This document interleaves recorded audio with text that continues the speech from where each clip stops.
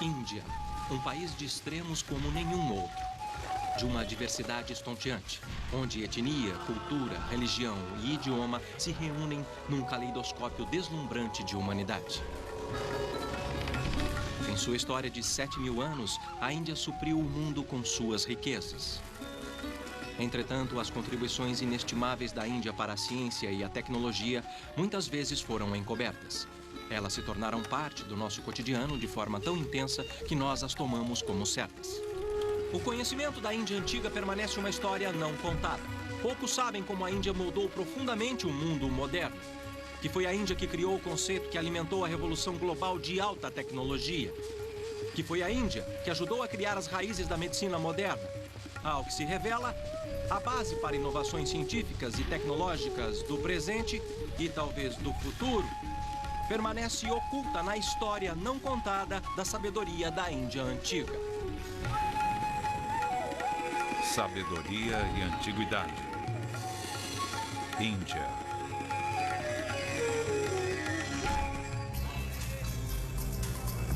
As impressões coloridas na antiga cidade de Delhi são quase opressivas para quem vem do Ocidente. Exóticas e totalmente diferentes, elas refletem uma cultura que tem um pé no passado e outro solidamente plantado no futuro. Com a pobreza de um lado, a Índia tem uma das economias de crescimento mais rápido do outro. A Índia está equilibrada para guiar o mundo para o futuro. Por isso, é uma parte importante da história não contada das contribuições científicas e tecnológicas da Índia. Contribuições que foram decisivas na formação do presente.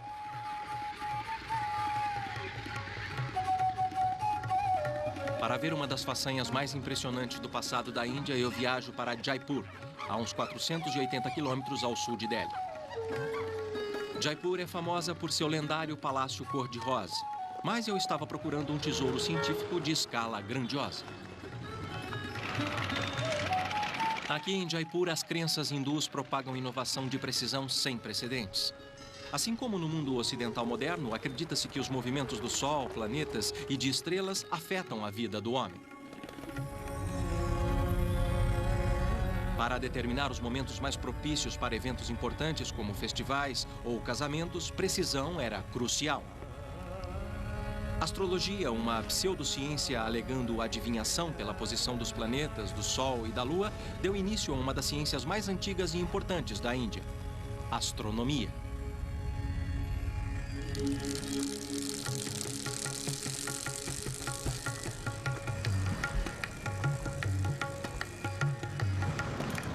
Eu já ouvi e li sobre Jantar Mantar, mas nada que me preparasse para esta visão sem igual. O Jantar Mantar é um dos 5 observatórios construídos pelo Maharaja Jai Singh há mais de 300 anos.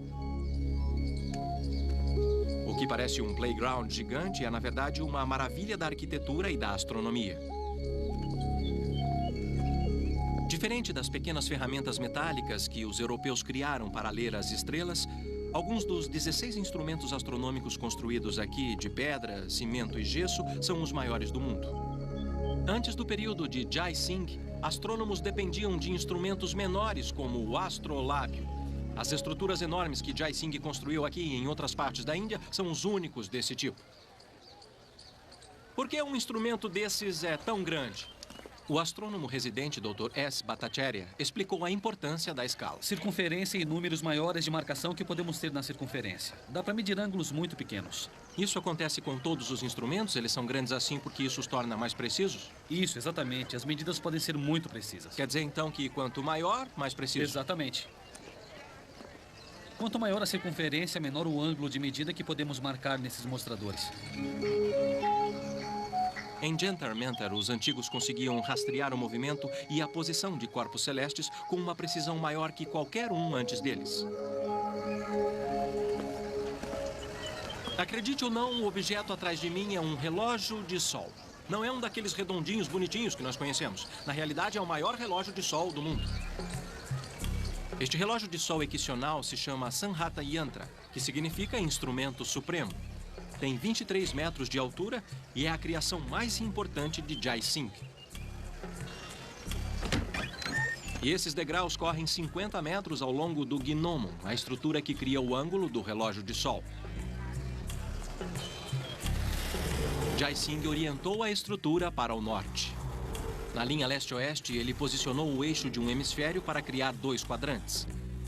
Usando geometria, ele calculou o ângulo da rampa em 27 graus, equivalente à latitude de Jaipur. Então a rampa aponta exatamente para o polo norte celeste. A sombra das rampas se estende sobre o quadrante, mostrando a hora local com precisão de segundos. O senhor pode me mostrar o quanto este relógio de sol é preciso? Sim, claro. O Dr. S. Bhattacharya, o diretor assistente do planetário Birla, explica a precisão do Sanhat Yantra. A menor medida de tempo são 2 segundos. Cada um desses marca 2 segundos? Os menores marcam 2 segundos. Mas claro que há erros, porque o Sol não é uma fonte segura. A diferença entre a sombra e a luz não é óbvia. O erro pode ser de mais de 2 segundos. Mas mesmo assim é muito preciso. Muito preciso. Esta inovação da Índia antiga foi usada no mundo inteiro por centenas de anos. O Sanhat Yantra de Jai Singh foi impressionante nos equinócios e solstícios, pois conseguia precisá-los nos segundos. Esses 2 eventos celestes são sistemas astronômicos e astrológicos importantes no mundo.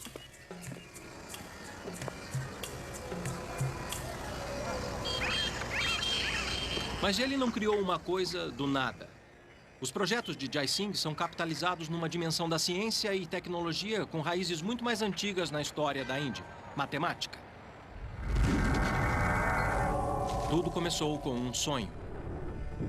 De acordo com a tradição hindu, o mundo começou do nada quando foi sonhado por Brahma, o deus criador da Índia. Acreditava-se que os padrões de acordar e dormir de Brahma governavam vastos ciclos da história. Tão vastos que um único dia Brahma durou um kalpa, que corresponde a 4,32 bilhões de anos. Quase o mesmo período de tempo que os geólogos estimam ser a idade do planeta Terra.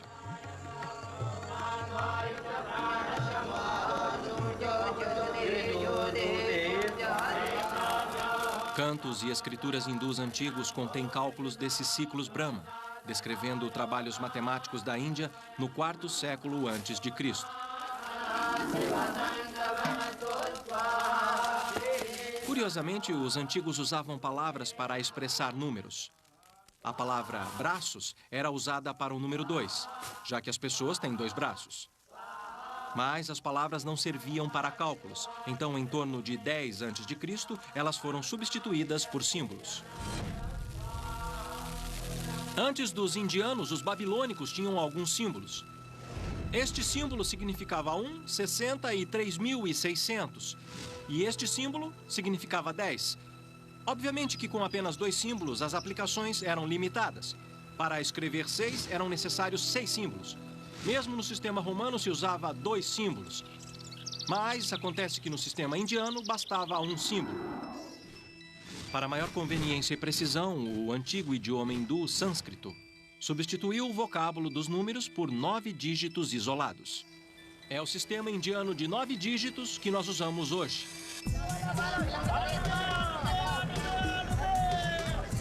Negociantes e comerciantes procuravam um jeito fácil de contar e calcular. Então o comércio se tornou o motor para antigos matemáticos indianos. E um sistema numérico que criou este dígito crucial. É o último símbolo desse sistema genial e nós estaremos em eterna dívida para com os antigos pensadores indianos. 0. Para eles, o símbolo expressava-se na palavra shunya. Em sânscrito, é nada. Mas quando o conceito se tornou um símbolo, nasceu a computação matemática. Assim como no sonho de Brahma, do nada veio tudo. O impacto da longa história da Índia com o 0 pode ser sentido em nosso mundo de alta tecnologia. Sem 0, não há sistema binário, não há computadores. Sem o conceito do 0, matemáticos e físicos modernos estariam desempregados. Tudo isso, os computadores, o software, seria impossível sem a proeminente invenção dos antigos indianos. Uma que dizem ser igual a qualquer conquista humana, equiparada ao controle do fogo ou à invenção da roda. A invenção do conceito do 0.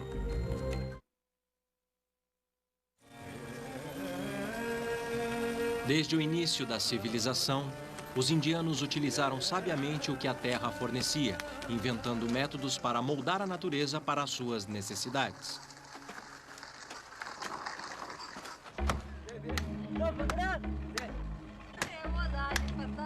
A história da metalurgia na Índia está documentada em um dos registros escritos mais antigos do mundo. É lendário. Há poucas pistas irresistíveis da fonte do que sobrou dessa lenda.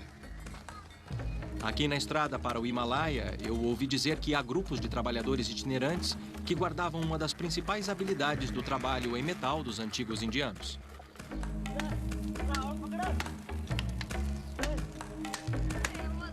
Os Gadulia Lohars são ferreiros cujas tradições de fundição têm mais de 3.000 anos. Observá-los forjar à mão ferramentas simples me remeteu ao passado. Eu pude imaginar facilmente como os antigos fundiam e forjavam o ferro. Seus métodos parecem ter mudado muito pouco. Minério de ferro de depósitos na Índia era colocado num forno moderno de tijolo carregado de carvão. Foles forneciam ar que elevava a temperatura a até 1.100 graus Celsius. O ferro fundido ou lupa é coletado e resfriado no fundo.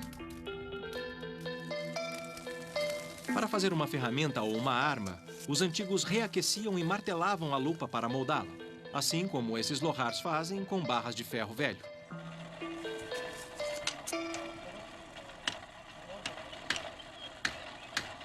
Depois de alguns golpes com o martelo, eu comecei a pegar as habilidades do ferreiro. Oh! E mais, eu percebi que enquanto os ancestrais desses Lohars forjavam ferramentas do dia a dia que contribuíam para o mundo da Índia, não foram foices, mas espadas que atraíram o mundo para o caminho das Índias.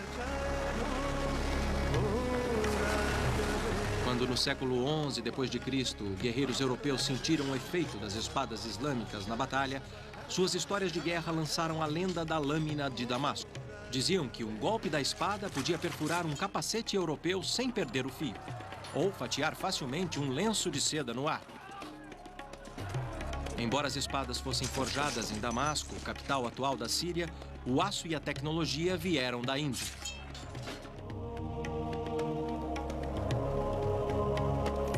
Os europeus levaram milhares dessas lâminas fabulosas para casa, determinados a descobrir o segredo. Mas a fórmula permaneceu um mistério por séculos.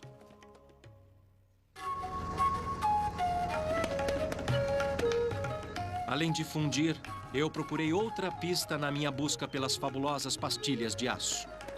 Para saber mais, eu viajei para o norte, para os contrafortes das cordilheiras do Himalaia. Seguindo os passos dos negociantes, para quem nenhuma distância era longa demais para pôr as mãos nas tais pastilhas, eu estava bem acompanhado. Até Alexandre o Grande perseguiu esse tesouro na Índia Antiga.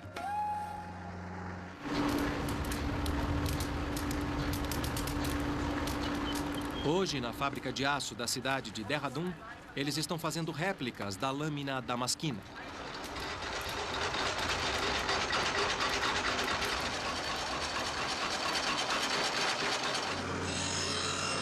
Atualmente usam ferramentas modernas, mas a abordagem básica continua a mesma. Forjar, moldar e polir constituem os passos principais na criação de uma lâmina. Mas a grande questão é se as réplicas modernas guardam mais que apenas a aparência do aço lendário. Uma lenda nos diz que para dar o toque final na espada, o metal era resfriado enterrando-o no corpo de um escravo musculoso, para que sua força passasse para a espada. E este não é o único conto chocante. Outros acreditam que a resistência do aço de Damasco vem de resfriar a espada na urina de um menino ruivo, ou em uma cabra que comeu samambaias por 3 dias. Nenhum deles foi muito longe. Nos séculos após as cruzadas, muitos tentaram imitar as espadas de Damasco, mas a maioria só conseguia a aparência, não as propriedades. Na realidade, demorou quase até 1975 para se revelar o segredo da espada síria de pastilhas de aço indiano. A ironia é que o legado mais importante dos metalúrgicos na Índia Antiga não era a receita do aço, mas um subproduto da busca por ele. No decorrer dos séculos, muitos metalúrgicos passaram a acreditar que o segredo da lâmina estava no desenho exclusivo da superfície, chamado marca d'água. Alguns diziam que o desenho, que indicava o conteúdo de carbono, era o segredo. Embora isso fosse verdade, todas as tentativas de reproduzir o aço de Damasco fracassaram. E nós também temos alguma logística da produção. Em um laboratório moderno, onde eles fazem novos produtos de aço, eu conheci o Sr. S.K. Mahajan, especialista em chapas de aço. Então, o que é que muda nesse aço? Ele está se beneficiando da busca pelo segredo do aço de Damasco. Nós temos muitas criações em um setor mais amplo. Na Europa, pesquisadores comparam diferentes metais em um microscópio. Eles nunca descobriram os segredos do metal maravilhoso, mas encontraram muitas informações bem úteis. Um dos subprodutos da busca pelo aço foi a microscopia metalúrgica. Descoberta em 1822, é usada até hoje para avaliar a resistência e a pureza dos metais. Então é isso que acontece por dentro. Eu vou te mostrar. Está tudo aí dentro. Para ver outro subproduto da busca pelo suposto aço, eu levei o Sr. Mahajan para inspecionar um laminador. Bom, então vamos ver. Este é um dos maiores produtores de chapa de metal da Índia. Durante séculos, metalúrgicos e ferreiros tentaram misturar ferro com tudo, de zinco ao chumbo, num esforço para imitar a pastilha de aço. Durante esse tempo, eles anotaram várias combinações novas e propriedades interessantes que encontraram. Em 1822, um pesquisador inglês chamado Michael Faraday adicionou cromo.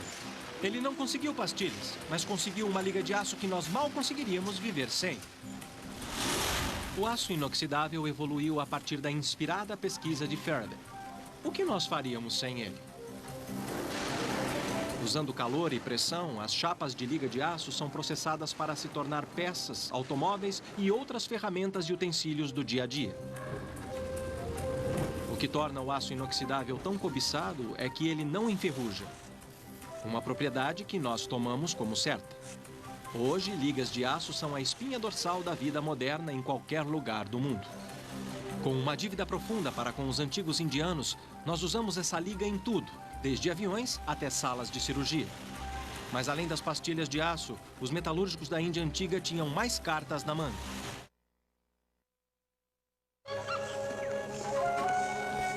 O templo de Konarak é um dos lugares mais surpreendentes da Índia. Embora muito da estrutura original tenha se deteriorado, eu pude ver que as ruínas prestam testemunho à realização dos antigos construtores. Pesquisadores sabem muita coisa sobre como o templo foi construído, devido ao profundo apego dos locais por ele. Os antigos construtores indianos mantinham explicações detalhadas da construção em manuscritos em folhas de palmeira como estas. Mas algumas famílias locais mantiveram os manuscritos originais, dos quais nós temos um registro do projeto milenar, surpreendentemente detalhado.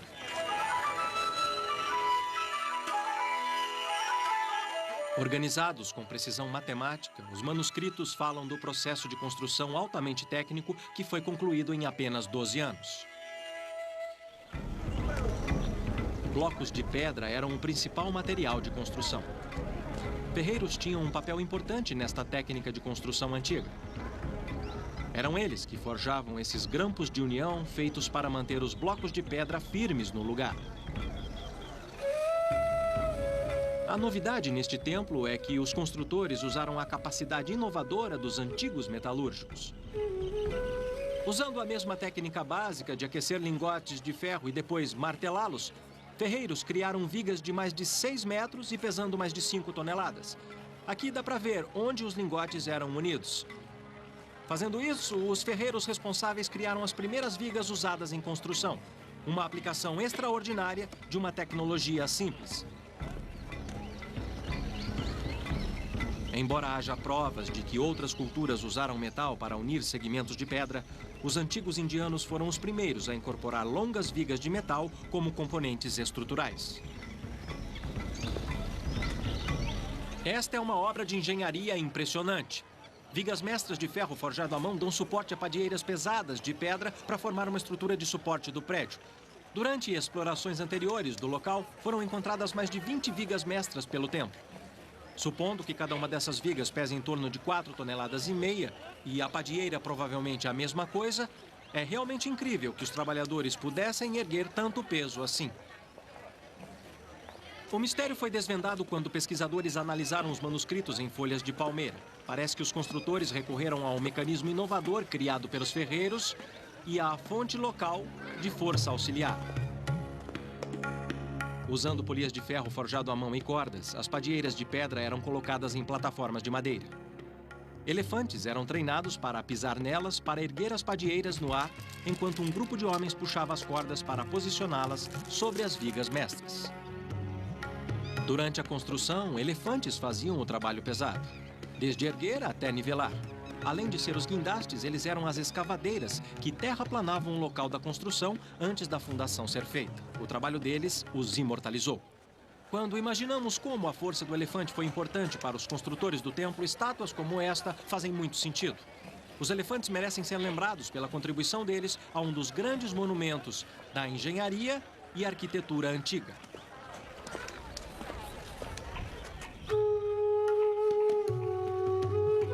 Enquanto templos como o de Konarak se erguem rumo ao céu como monumentos para o poder inovador que enriqueceu a Índia Antiga, outras estruturas extraordinárias foram construídas na direção oposta. Reservatórios de águas subterrâneas como este se tornaram um legado de artífices da Índia Antiga. Eles salvavam vidas na antiga luta interminável contra a inundação e estiagem.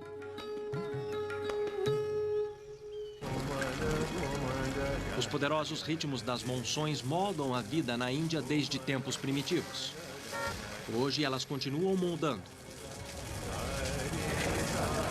90% da chuva na Índia cai durante os 3 meses de aguaceiro. O dilúvio satura pantanais e incha os rios sagrados que os hindus viam como deusas, trazidas à terra para ajudar a humanidade.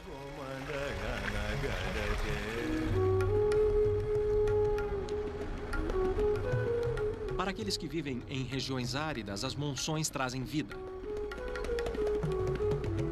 As necessidades de água durante os 9 meses de seca inspiraram os antigos indianos a criar uma arquitetura única.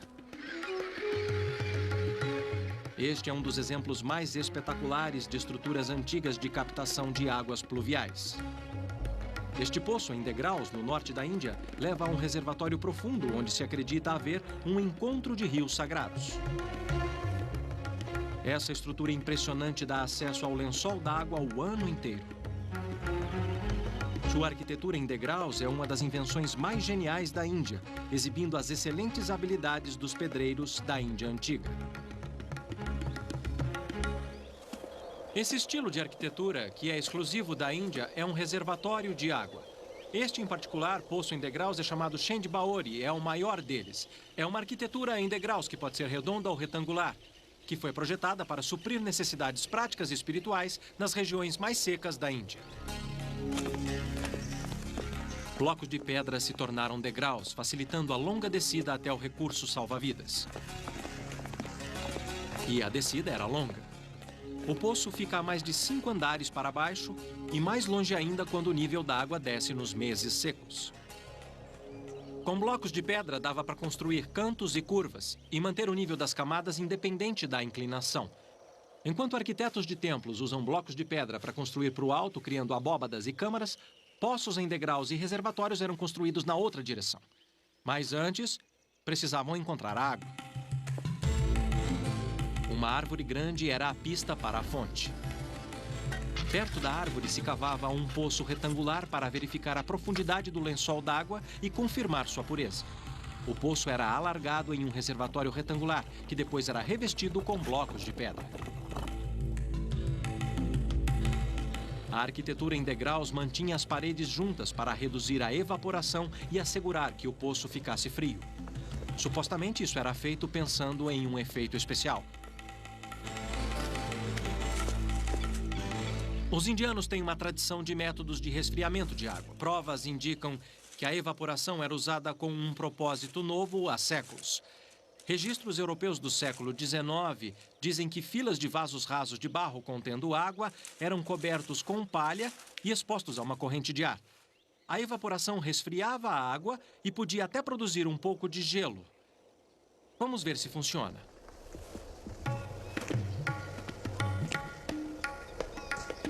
Eu esperei poucos minutos e, apesar de não esperar ver gelo algum, o termômetro indicou que funciona.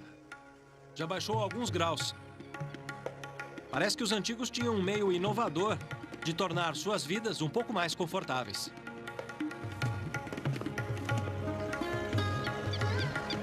Com mais de 1000 anos, reservatórios de água como este mostram um avanço da ciência e tecnologia da Índia antiga.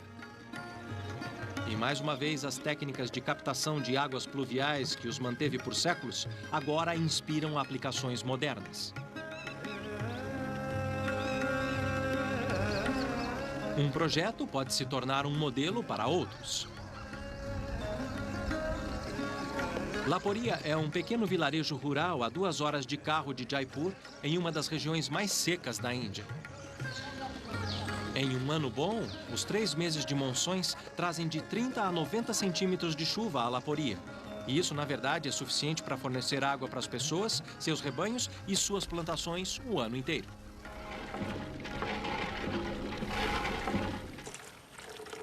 Entretanto, a monção é a monção. Em alguns anos, ela traz 90 centímetros de chuva, em outros, apenas 12.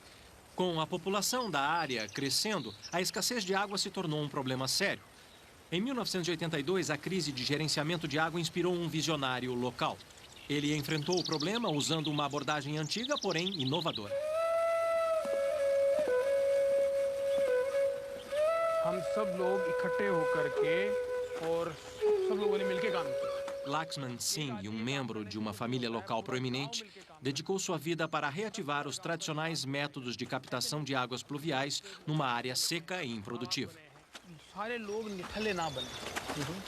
O Sr. Singh explicou que antes de abraçar esta causa, a maioria das abordagens modernas fracassou porque elas eram estranhas aos habitantes. Em vez disso, ele os lembrou de sua sabedoria antiga. Os métodos de água usados na construção de reservatórios e poços em degraus inspiraram os quadrados de Laporia.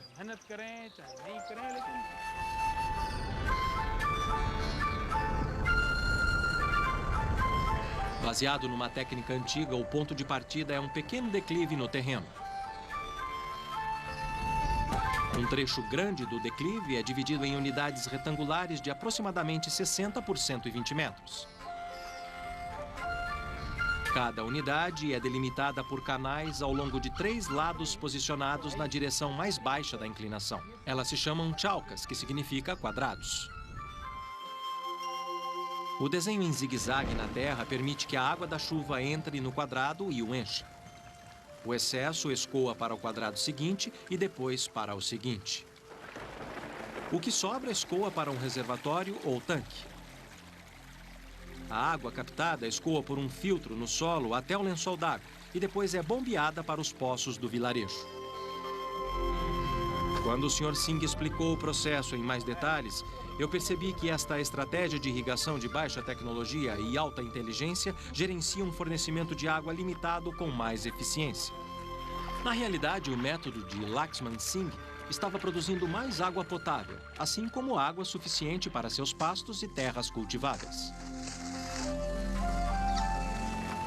Ao que se revelou, a tecnologia antiga foi muito bem sucedida. 2 números indicam o sucesso aqui.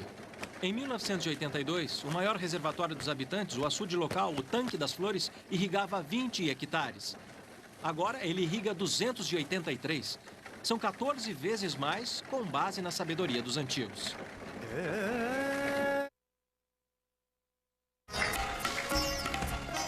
Este é o Bazar Chandni Chowk, na velha Delhi.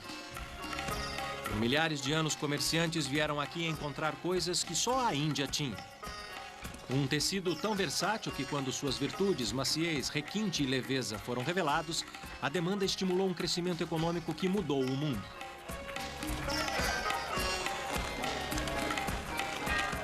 Eu estou diante de um mar de produtos que fizeram a Índia florescer e crescer. Tudo neste mercado é feito de algodão.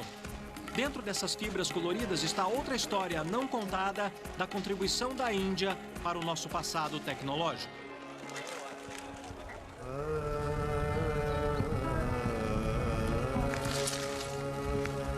O algodão foi domesticado pela primeira vez há 5.000 anos no Vale do Rio Indo, uma parte da Índia antiga que hoje fica no Paquistão Ocidental. Cada flor fibrosa é uma bola que contém várias sementes pequenas. Ricas em vitaminas e óleo, antigos fazendeiros davam as sementes para o rebanho muito antes do verdadeiro tesouro da planta ser descoberto. Chamadas de árvores de fazer lã pelos gregos, algodoeiros eram comercializados no mundo antigo, mas poucos descobriram uma tecnologia eficiente para extrair sua magia. Sementes de algodão são extremamente difíceis de se tirar, principalmente se descaroçado à mão. Mas os antigos indianos já tinham inventado um dispositivo mecânico mais eficiente há milênios. A charka usa 2 rolos. Um mecanismo semelhante a um antigo espremedor de roupas que aperta as bolas de algodão, separando as fibras das sementes. Máquinas descaroçadoras modernas adotam o princípio da antiga charka, que foi a descaroçadora padrão por quase 4.000 anos. No século XVIII, quando os europeus tentaram produzir em massa algodão de qualidade indiana de forma barata, aconteceu uma coisa inesperada. Inventores europeus estimularam a revolução industrial lançando a era das máquinas. Embora máquinas conseguissem reproduzir a maior parte do lendário processo indiano, um passo manual crucial nunca foi reproduzido por uma máquina.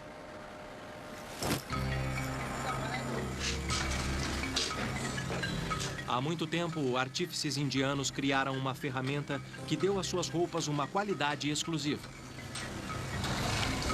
A origem da roda de fiar é um tanto obscura, mas sua primeira aparição registrada foi na Índia. Por milênios, o fio era afiado à mão e com carretéis simples. Mas há uns 1000 anos, a roda de fiar foi criada. Ela foi um salto tecnológico simples, mas extremamente eficiente. A roda gira o carretel, que gentilmente torce e armazena o fio. A roda de fiar era tão eficiente que, em mãos habilidosas, a produção diária normal podia ser dobrada e, mesmo assim, a famosa qualidade era mantida.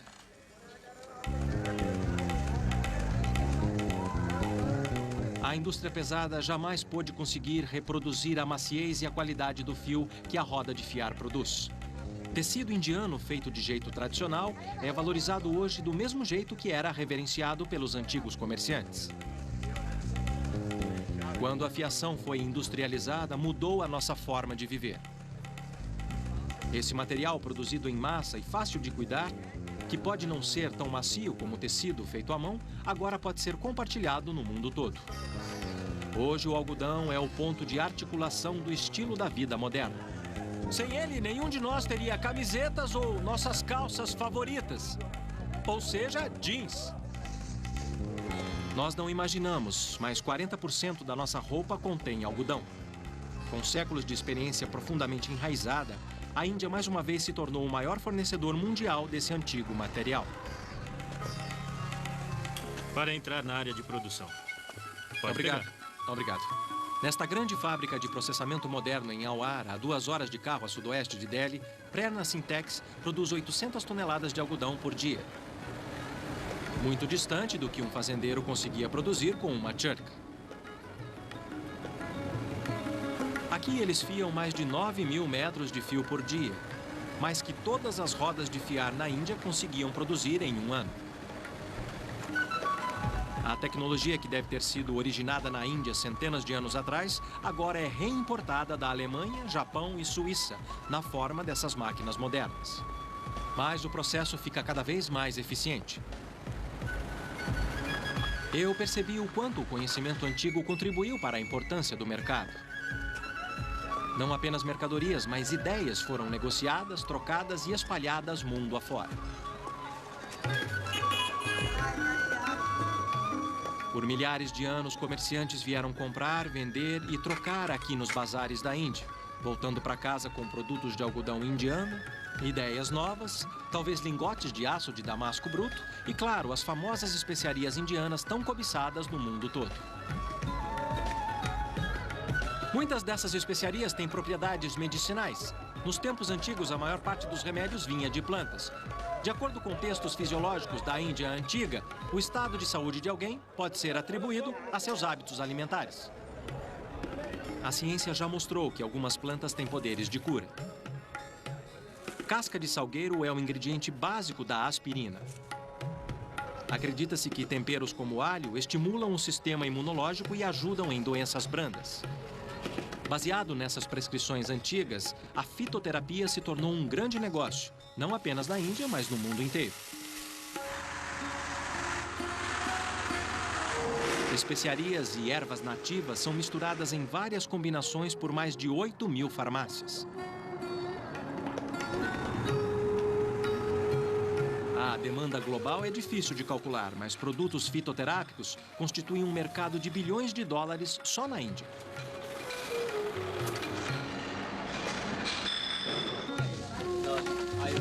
Remédios fitoterápicos são distribuídos em mais de 20.000 drogarias do país. Mas o uso de ervas e especiarias é apenas um passo na busca pela saúde na abrangente filosofia médica da Índia.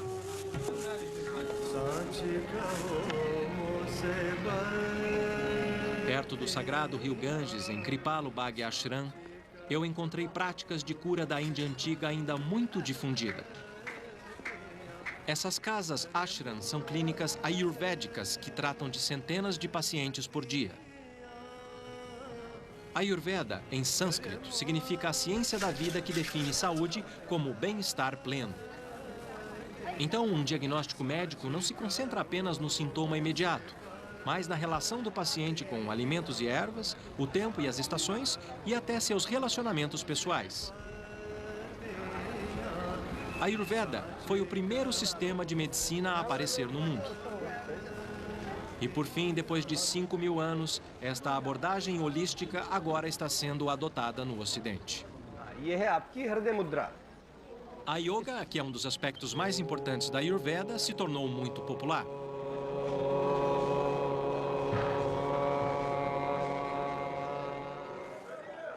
Estou aqui para aprender o que eu puder sobre medicina indiana. Como tudo começou com a yoga, é com a yoga que eu vou começar. Vamos ver o que eles podem me ensinar.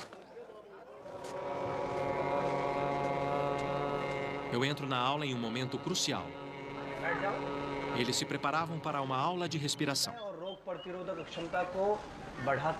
Os princípios da yoga antiga enfatizam a importância da respiração profunda e do controle muscular. Descobertas recentes indicam que a yoga estimula o sistema cardiovascular e alivia a ansiedade.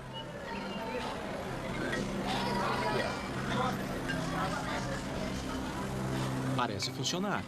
O exercício yoga de respiração, embora estranho para mim, me revigorou imediatamente.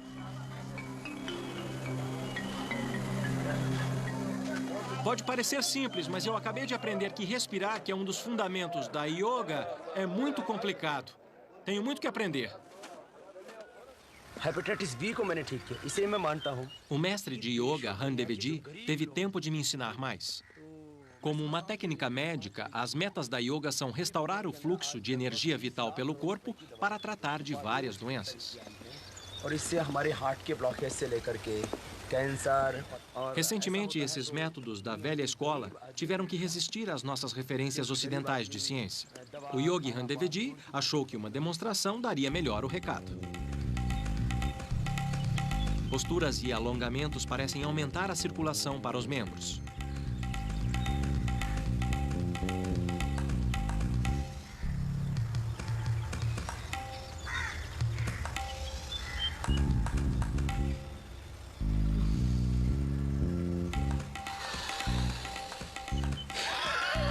Respiração profunda induz ao relaxamento. E com prática, dá para controlar músculos que você nunca imaginou ter.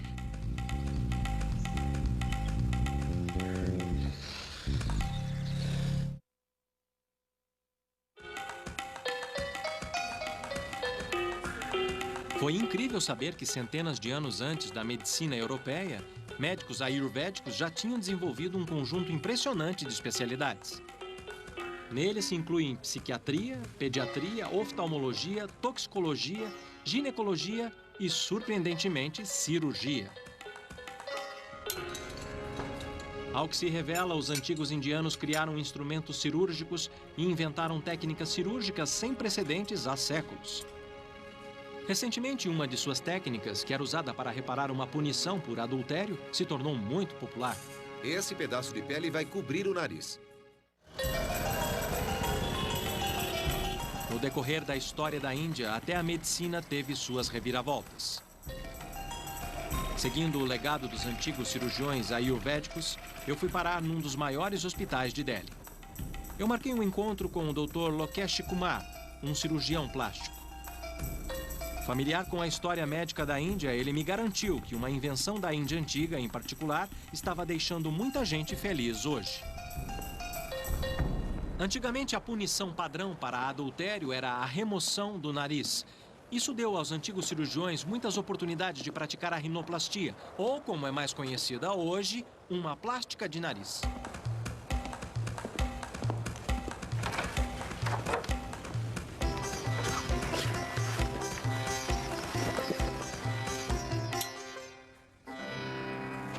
Dr. Kumar, é justo dizer que os médicos indianos fazem o que o senhor já faz há muito tempo? Bom, esta cirurgia de rinoplastia foi desenvolvida na Índia. A primeira descrição dela foi em 600 a.C. e o tecido era retirado da bochecha. Tá. Mas o princípio básico continua o mesmo. Então está me dizendo que a cirurgia que se faz hoje é exatamente a mesma que os antigos faziam? Exatamente, porque a reconstrução da rinoplastia foi feita durante muito tempo. Marcamos a testa... Tirando uma técnica de medida um pouco diferente, pouco mudou no procedimento inventado pelos cirurgiões da Índia antiga. E fazemos o nariz. Uma folha era usada para medir a área a ser coberta. Um retalho cutâneo era dissecado da bochecha ou da testa e virado sobre o nariz. Um lado ficava preso para manter a irrigação sanguínea. O retalho era então suturado para áreas feridas na bochecha. Tubos de madeira eram inseridos para formar as narinas. Então, a técnica básica de mover pele de um lugar para outro é exatamente a mesma da técnica antiga. É, isso mesmo. Nós tiramos tecido da testa porque a pele aqui, de fato, é bastante elástica. E quando tiramos pele suficiente da testa, nós podemos mover a pele para acabar com a imperfeição. Então dá para ter um nariz novo e perder as rugas da testa ao mesmo tempo? Claro, claro que sim. As rugas da testa são removidas como um bônus. Até que eu ia gostar disso. O que mais me impressionou na minha visita ao Dr. Kumar foi saber há quanto tempo a cirurgia plástica já existe. Durante séculos, essa ideia da Índia antiga foi uma verdadeira bênção para aqueles que precisavam muito e para aqueles que só queriam dar uma pequena melhorada.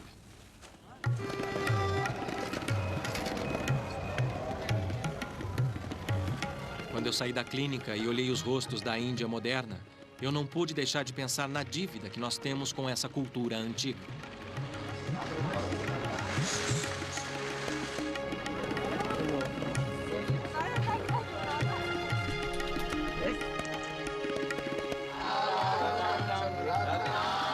Da matemática à arquitetura, do que nós vestimos ao que nós comemos, nossas vidas foram moldadas por uma sabedoria antiga. Por 7.000 anos, a Índia forneceu ao mundo as suas riquezas.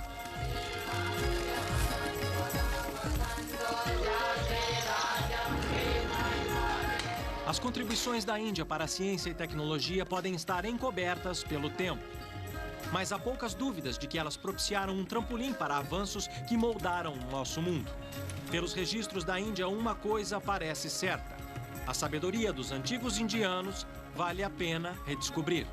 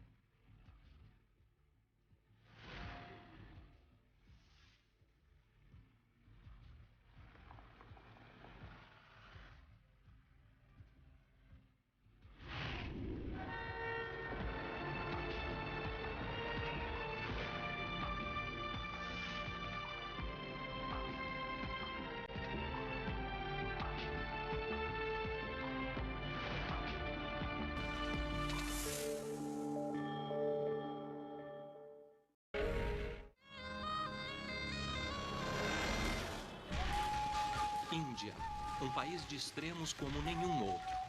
De uma diversidade estonteante, onde etnia, cultura, religião e idioma se reúnem num caleidoscópio deslumbrante de humanidade. Em sua história de 7.000 anos, a Índia supriu o mundo com suas riquezas. Entretanto, as contribuições inestimáveis da Índia para a ciência e a tecnologia muitas vezes foram encobertas. Elas se tornaram parte do nosso cotidiano de forma tão intensa que nós as tomamos como certas. O conhecimento da Índia antiga permanece uma história não contada. Poucos sabem como a Índia moldou profundamente o mundo moderno. Que foi a Índia que criou o conceito que alimentou a revolução global de alta tecnologia. Que foi a Índia que ajudou a criar as raízes da medicina moderna.